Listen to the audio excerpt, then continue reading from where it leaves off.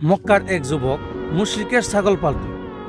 তখন বিশ্বনবী আর আবু বকর রাদিয়াল্লাহু তাআলা আনহু ওইখানে আসে আর ওই যুবককে বলে যে আমি অনেক ক্ষুধার্ত, আমাকে অল্প দুধ খাওয়ান। তখন আব্দুল্লাহ ইবনে মাসউদ বলে যে এটা তো আমার মালিকের অনুমতি ছাড়া আমি তো আপনাকে দুধ দিতে পারি না। তখন বিশ্বনবী এটা শুনে উনি বললেন যে আচ্ছা ঠিক আছে, তুমি আমাকে দুধ দিও না। আর উনি বললেন তোমার কাছে এমন কোন ছাগল আছে কিনা যে নাকি কোনদিনও দুধ দিবে না। তখন আব্দুল্লাহ ইবনে মাসউদ রাদিয়াল্লাহু তাআলা আনহু ওইখান থেকে একটা বকরি নিয়ে এসে হুজুর সাল্লাল্লাহু আলাইহি সাল্লামকে দিলেন। আর হুজুর সাল্লাল্লাহু আলাইহি সাল্লাম বিসমিল্লাহ বলে ওই বকরির উলানে হাত দিতে দেরি হলো আর উলানে দুধ ভরতে দেরি হলো না। আর ওইখানে হুজুর সাল্লাল্লাহু আলাইহি সাল্লাম আর আবু বকর রাদিয়াল্লাহু তাআলা আনহু দুধ দহন করে খুব পেট ভরে দুধ খেলেন। এই দৃশ্য আব্দুল্লাহ ইবনে মাসউদ রাদিয়াল্লাহু তাআলা আনহু দেখে তার অন্তরে ধাক্কা লাগলো আর সে সাথে সাথেই হুজুর সাল্লাল্লাহু আলাইহি সাল্লামের হাত ধরে কলিমা পড়ে মুসলমান হয়ে গেল।